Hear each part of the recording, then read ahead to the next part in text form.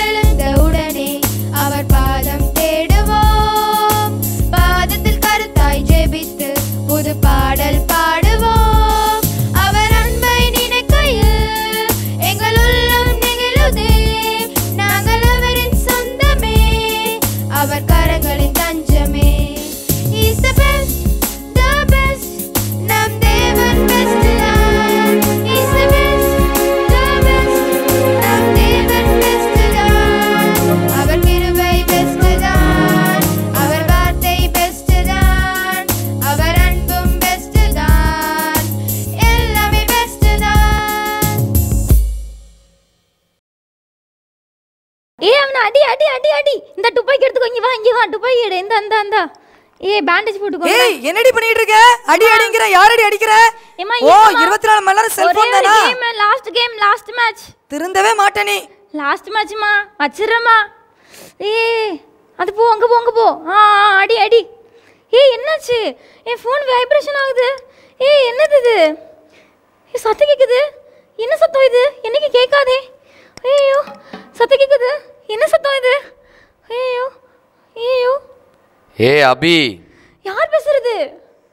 அபி. யார் பேசுறது? நான் தான் உன் செல்போன் பேசுறேன். இது செல்போனா?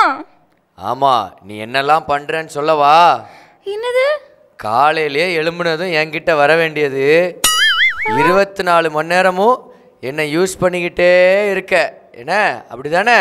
ஆமா. உனக்கு எப்படி தெரியும்? காலையிலேயே பல்ல தேய்க்கிறதுக்கு முன்னாடி செல்ல தான் தேய்க்க. ஆமா ஆமா.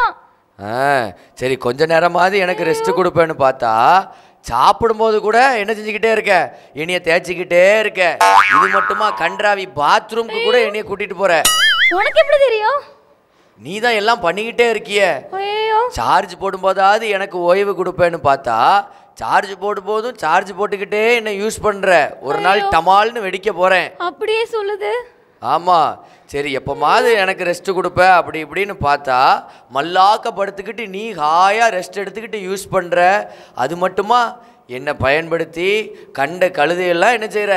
பார்த்துக்கிட்டு இருக்க. எது எது பார்க்கக்கூடாது, எது எது பண்ணக்கூடாது, நீ யார் கூடலாம் சேட் பண்ணுற எல்லாத்தையும் ஒரு நாள் வெட்ட வெளிச்சம் போட்டு காட்டவா உங்கள் வீட்டில்? நான் காட்டினேன்னா அப்புறம் பார்த்துக்கோ, ரொம்ப அசிங்கமாயிரும். இது மட்டுமா, உனக்கு கோபம் வந்துட்டு சண்டை போட்டினா என்ன பண்ணுற? என்னைய தூக்கி எறிகிற. நான் தான் கிடைச்சேன்னு. அது மட்டுமா, எந்த காஸ்ட்லியான செல்ஃபோன் மாடல் வந்தாலும் உடனே வாங்கிட வேண்டியது வீட்டில் சண்டையை போட்டு. நான் எனக்கு வர்ற கோபத்துக்கு நான் என்ன பண்ண போறேன் தெரியுமா? என்ன பண்ண போற? உன் கண்ணை கெடுத்து, உன் மனசை கெடுத்து, உன் மூளையை கெடுத்து உன்னைய பைத்தியமா அலைய வைக்க போறேன். பார்த்துக்கோ. உன் விரல் எல்லாத்துலேயும் வீக்காக்க போறேன். உன் கையை வீக்காக்க போறேன். உன் விரலை வீக்காக்க போறேன். உன் நரம்பை வீக்காக்க போறேன். அவ்வளோதான். நான் சொல்ல வேண்டியதெல்லாம் சொல்லிட்டேன். எல்லாத்துக்கும் மேலே உன்னோட நேரத்தை நீ வேஸ்ட் ஆக்கிக்கிட்டே இருக்க. நான் சொல்ல வேண்டியதை சொல்லிட்டேன். அவ்வளோதான். இனிமே உன் இஷ்டம். ஐயோ, அந்த ஃபோன் என்ன அப்படியே சொல்லுது? நடக்கிறதெல்லாம், ஐயோ நான் பண்ணதெல்லாம் அப்படியே சொல்லுதே. ஐயோ ஐயோ, யாராவது பார்த்துருப்பாங்களா? ஐயோ என்ன நடந்தது? நான் சொல்கிறதெல்லாம் அப்படி நான் பண்ணுறதெல்லாம் சொல்லுதே. ஐயோ வேறு யாராச்சும் போய் சொல்லிடுமோ? ஐயோ ஐயோ என்ன பண்ணலாம்? ஐயோ ஐயோ இனிமேல் இனிமேல் ஃபோனை நான் உன்னை தொடவே மாட்டேன். இனிமேல் உன்னை நான் வந்து உன்னை யூஸ் பண்ணவே மாட்டேன். நிறைய டைம் வேஸ்ட் பண்ணிட்டேன். ஐயோ இனிமேல் நான் டைம் வேஸ்ட் பண்ண மாட்டேன். நான் படிக்க போகிறேன். படித்து நான் படிப்பில் வெற்றி பெற போகிறேன். அதுலேயாவது நான் சிறந்த இதில் யூஸ் பண்ண டைம்லாம் அதில் யூஸ் பண்ணியிருந்தா கூட நான் வெற்றி பெற்றிருப்பேன். இனிமேல் நம்ம வந்து வேஸ்ட் பண்ணவே கூடாது. அவ்வளோதான், இனிமேல் நம்ம வேஸ்ட் பண்ணவே கூடாது. புக்கை தான் நம்ம படிக்கணும். நம்ம ஃபோனை உன்னை தொடவே மாட்டேன். ஆண்டவராகிய இயேசு கிறிஸ்துவின் நாமத்தினாலே அன்பான மாணவ செல்வங்களுக்கு என் அன்பின் வாழ்த்துதல்களை தெரிவித்துக் கொள்கிறேன். இந்த நாளில் உங்களோடு கூட நான் ஒரு சில காரியத்தை நான் பகிர்ந்து கொள்ள ஆசைப்படுகிறேன். இன்றைக்கி மாணவர்கள் மத்தியிலே ரொம்ப பிரச்சனையாக இருக்கிற ஒரு காரியம் நேரம், டைம் மேனேஜ்மெண்ட் அப்படிங்கிறாங்க.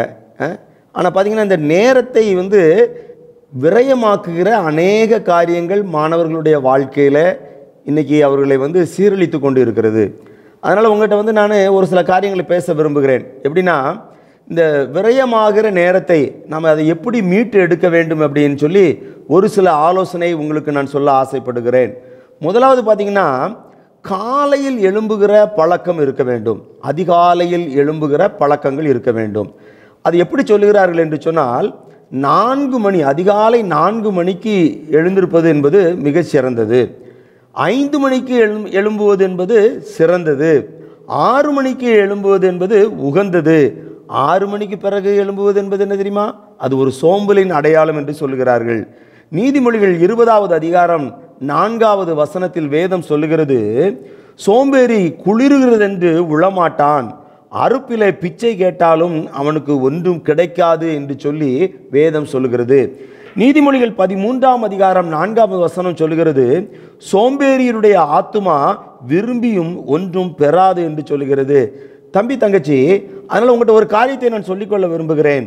காலையில் எழும்புவது என்பது ஒரு முக்கியமான ஒரு நேரம். காலை எழுந்தவுடன் என்ன செய்யணும்? வேதத்தை வாசித்து ஜெபிக்க கற்றுக்கொள்ள வேண்டும். காலையில் 4 மணியிலிருந்து 6 மணி வரைக்கும் ஒரு முக்கியமான நேரம். கடினமான பாடங்கள், மனப்பாடம் செய்ய வேண்டிய பாடங்கள், அதெல்லாம் அந்த காலை நேரத்தை நீ ஒதுக்கி வைத்துக் கொள்வாய் என்று சொன்னால் அது மிகவும் ஒரு பிரயோஜனமான நேரமாக இருக்க வேண்டும். அதிகாலையிலே எந்திரிக்க முடியாதுன்னு நிறைய தம்பி தங்கச்சி சொல்கிறீங்கல்ல. அதிகாலையில் எழும்ப வேண்டும்னா என்ன செய்யணும் அப்படின்னா, நைட்டில் 10 மணிக்கு முன்னாடி தூங்கக்கூடாது, 11 மணிக்கு பிறகு முழிச்சிருக்கக்கூடாது. அப்போ 10லிருந்து இரவு 10லிருந்து 11 மணிக்கு முன்பதாக நீங்கள் என்ன செய்ய வேண்டும்? படுத்து விட வேண்டும். வேத வசனம் சொல்லுகிறது, 1 தெசலோனிக்கேயர் 5வது அதிகாரம் 7வது வசனம் சொல்லுகிறது, தூங்குகிறவர்கள் ராத்திரியிலே தூங்குவார்கள் என்று சொல்லி வேதம் சொல்லுது. ஆகவே தூங்குவதற்கென்று ஆண்டவர் படைத்த நேரத்தை நாம் வந்து தூங்கினோம் என்று சொன்னால் நமக்கு வந்து நம்ம நேரத்தை, நம்முடைய உடல்நலம் பாதிக்காதபடி அதிகாலையில் எழும்புவதற்கு அது நமக்கு மிகவும் பிரயோஜனமாக இருக்கும். பிறகு நம்முடைய நேரத்தை அது கெடுத்து கொண்டிருக்கிற மற்றொரு ஒரு காரியம் அலைபேசி, மொபைல் ஃபோன் பயன்படுத்துவதை நீ கட்டுப்படுத்த வேண்டும். நீ மொபைல் ஃபோனை கட்டுப்படுத்துவதை விட்டுவிட்டு மொபைல் ஃபோன் உன்னை கட்டுப்படுத்தினால் மிகவும் ஒரு மோசமான நிலைமையில் போய் முடியும். உன்னால் அதை கட்டுப்படுத்த முடியாவிட்டால் அந்த மொபைல் ஃபோனை நீ பயன்படுத்தாமல் இருப்பாய் என்றால் நீ ஒரு ஞானவானாய் மாற முடியும். நான் சொல்லுவது உனக்கு புரியும் என்று நினைக்கிறேன். நீ நினைக்கிற நேரத்தில் எப்பெல்லாம் படிக்கணும்னு நினைக்கிற அந்த நேரத்தில் ஆஃப் பண்ணி வைக்கிறதுக்கு தைரியமாக உன்னால் முடிஞ்சதுன்னா யூஸ் பண்ணு, இல்லைன்னா நீ அந்த மொபைல் ஃபோனை யூஸ் பண்ணாத. இது ஒரு முக்கியமான உன்னுடைய நேரத்தை நீ வந்து சேமிக்கக்கூடிய ஒரு நேரமாய் ஒரு காரியமாய் அமைகிறது. பிறகு நண்பர்களுடைய பழக்க வழக்கங்களிலும் நீ நேரத்தை சேமிக்க முடியும். நண்பர்கள் உன்னை கட்டுப்படுத்த விடாதே, ஏன்னா அவர்கள் உன்னை கட்டுப்படுத்தி விட்டால் உன்னுடைய நேரமெல்லாம் வீணாய் போய்விடும். பழகும் நேரத்தை, நண்பர்களோடு கூட நீ பழகும் நேரத்தை உன்னால் கட்டுப்படுத்த முடியாவிட்டால் அப்படிப்பட்ட நண்பர்களை விட்டு நீ விலகி நல்ல சரியான நண்பர்களை நீ தெரிந்து கொள்வாய் என்று சொன்னால் உன்னுடைய நீ நேரத்தை வீணாக்காமல் இருக்க முடியும். அதே போல எதிர்பாலின நண்பர்களை தவிர்ப்பது மிகவும் நல்லது, மிகவும் சிறந்தது. அதே போல விளையாட்டுகளை குறித்து நாம் யோசித்து பார்ப்போம் என்றால் இதற்கு குறிப்பிட்ட நேரம் கண்டிப்பாக மாணவ பருவத்திலே நாம் ஒதுக்கப்பட வேண்டும். கட்டுப்பாடுள்ள விளையாட்டுகளை விளையாட வேண்டும்.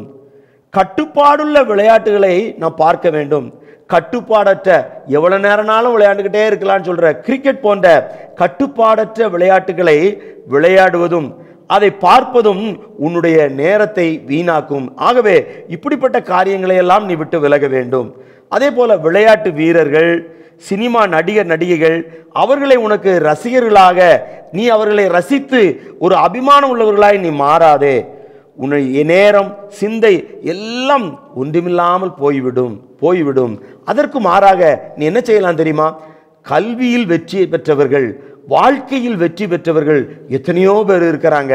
உன் வாழ்வின் முன்னோடிகளாக நீ அவர்களை ஏற்றுக்கொள்வாய் என்று சொன்னால், அவர்களை உனக்கு முன்னோடியாக ஒரு மென்டராக நீ ஏற்படுத்திக் கொள்வாய் என்று சொன்னால், உன்னுடைய வாழ்க்கையில நீ வெற்றி பெற முடியும். உன்னுடைய நேரத்தை நீ வீணாக்காமல் இருக்கணும்னா, இந்த பெண்கள் பாய் ஃப்ரெண்டு வைத்துக் கொள்வது, ஆண்கள் கேர்ள் ஃப்ரெண்டு வைத்துக் கொள்வது உன்னுடைய நேரத்தை வீணாக்கிவிடும். கல்வியையும் காதலையும் இணைக்கவே முடியாது என்பதை நீ நன்காக ஞாபகப்படுத்த வேண்டும். காதல் கல்வியை தோல்வியாக்கும், காதல் நேரத்தை விரயமாக்கும், காதல் வாழ்வில் உனக்கு நஷ்டம் உண்டாகும் என்று சொல்லி நான் சொல்ல விரும்புகிறேன். காதலிப்பது வெற்றி அல்ல, காதலை தவிர்ப்பதே உன் வாழ்க்கையிலே நீ வெற்றி. வேத வசனம் சொல்லுது, பாலியத்துக்குரிய இச்சைகளுக்கு நீ விலகி ஓடு என்று சொல்லுகிறது. அதே போல போதைப் பொருட்களுக்கும், எந்தவித போதைப் பொருட்களுக்கும் நீ அடிமையாகாதே, அதை தொட்டு விடாதே. வேத வசனம் சொல்லுது, மதுபானம் இரத்த வர்ணமாய் இருந்து பாத்திரத்தில் அது பளபளப்பாய் தோன்றுமாம், அதை பாராதே, அதை மெதுவாய் இறங்கி அது பிற கடைசியில முடிவிலே பாம்பை போல கடிக்கும்னு வேத வசனம் சொல்லுது. ஆகவே இந்த மாதிரி எந்த காரியத்திற்கும் நீ அடிமை ஆகக்கூடாது தம்பி, தங்கச்சி, நீ அடிமை ஆகக்கூடாது. நீ படிக்கிற காலங்களில் நீ இப்படிப்பட்ட காரியங்களுக்கு நீ அடிமை ஆகவே கூடாது.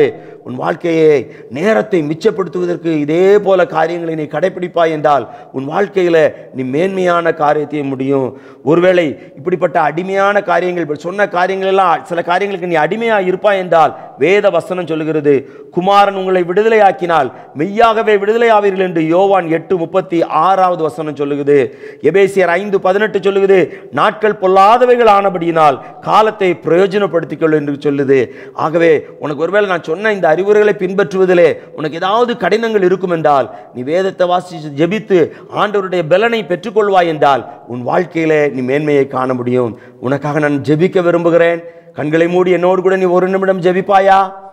எங்களை அதிகமாய் நேசிக்கிற எங்கள் ஜீவனுள்ள தந்தையே, இந்த வார்த்தையை கேட்டுக்கொண்டிருக்கிற அன்பு மாணவ செல்வங்களுக்காக நான் ஜெபிக்கிறேன். ஆண்டவரே தேவரீரே, அவர்களுடைய வாழ்க்கையிலே நேரத்தை வீணடிக்கிற எல்லா காரியங்களிலுமிருந்து அவர்களை நீ விடுவிப்பீராக என்று சொல்லி நான் ஜெபிக்கிறேன்.